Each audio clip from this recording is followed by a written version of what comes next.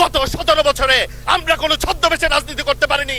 আমরা ফ্যাসিস্টের বিরুদ্ধে প্রকাশ্যে যুদ্ধ করে মাননীয় স্পিকার আজকে সংসদে এসেছি। এই সংসদে বাংলাদেশ জাতীয়তাবাদী দলের যতজন সংসদ সদস্য নির্বাচিত হয়েছেন ওনারা জনগণের প্রত্যক্ষ ভোটেই নির্বাচিত হয়েছেন। একটা বিভ্রান্তি ছড়িয়ে দেশে হিংসা বিদ্বেষ ছড়ানোটা জুলাই যে স্পিরিট এটার সাথে কতটুকু যায় মাননীয় স্পিকার, এটা আপনার মাধ্যমে আমি জানতে চাই।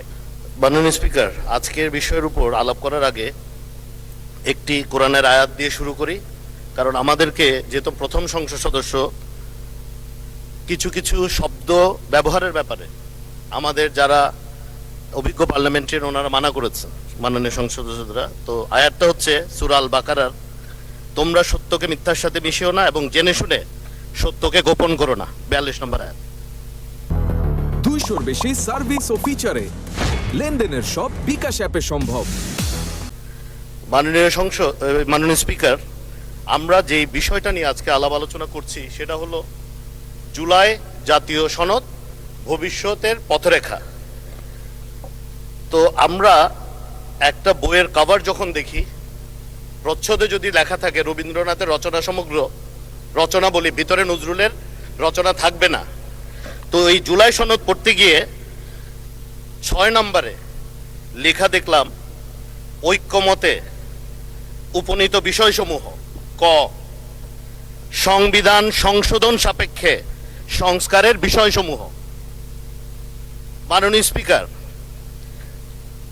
এই যেই পুরো 84টি ধারা এখানে আলাপ আলোচনা করা হয়েছে সেটা শুরু হয়েছে সংবিধান সংশোধন সাপেক্ষে সংস্কারের বিষয়সমূহ।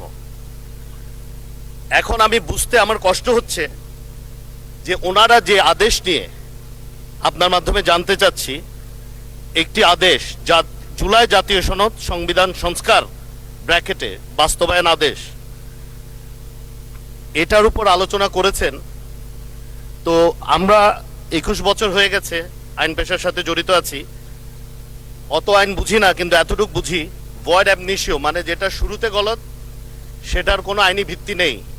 তো ওনারা যেটাকে আইন হিসেবে দাবি করতে চাচ্ছেন সেটা কতটুক আইন বা এই আদেশটা কতটুকু আইন, নিশ্চয়ই আমার চেয়ে ওনারা আরো বেশি ভালো বুঝবেন। কিন্তু আমার দৃষ্টিতে যেটা ভয়েড অ্যাবনিশিও এটার কোনো আইনি ভিত্তিই নেই।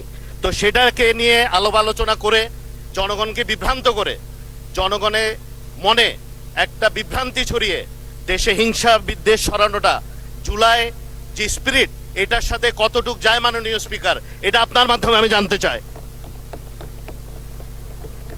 মাননীয় স্পিকার, আমরা বিভিন্ন মসজিদে আমাদের এলাকায় নামাজ পড়তে যেতে হয়। এই শুক্রবারও একটা মসজিদে নামাজ পড়তে গেলাম, তো সেখানে শুনলাম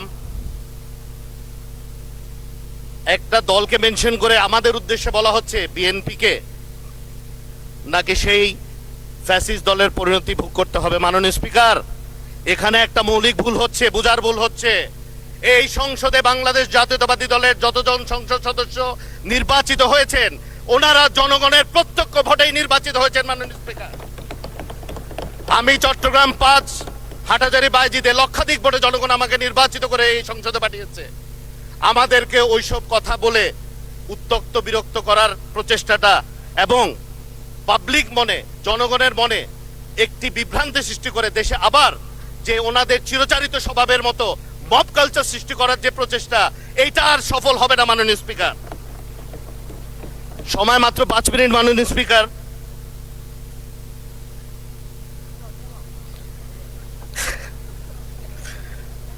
প্রথম দিন বলছি কিছু ভুল ত্রুটি হতে পারে মাননীয় স্পিকার, কিন্তু আমরা যখন একটা কথা বলি আমরা জুলাই যোদ্ধা, আমরা জুলাইয়ের জন্য সবকিছু করেছি, মাননীয় স্পিকার গত 17 বছরে আমরা কোনো ছদ্মবেশে রাজনীতি করতে পারিনি।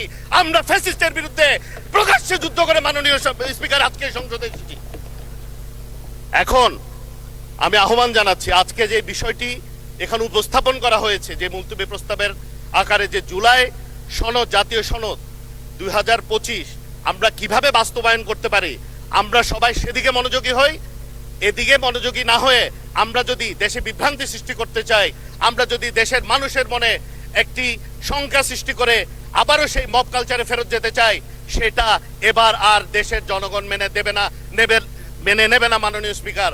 আমি আপনাকে আবারও ধন্যবাদ জানাচ্ছি, সময় প্রায় শেষের দিকে। আপনাকে আবারও ধন্যবাদ, এবং একই সাথে এই সুযোগে একটু আমার সংসদীয় আসনের সমস্ত মানুষজনকে ধন্যবাদ জানাতে চাই আমাকে সংসদে ওনাদের প্রতিনিধিত্ব করার সুযোগ দেওয়ার জন্য।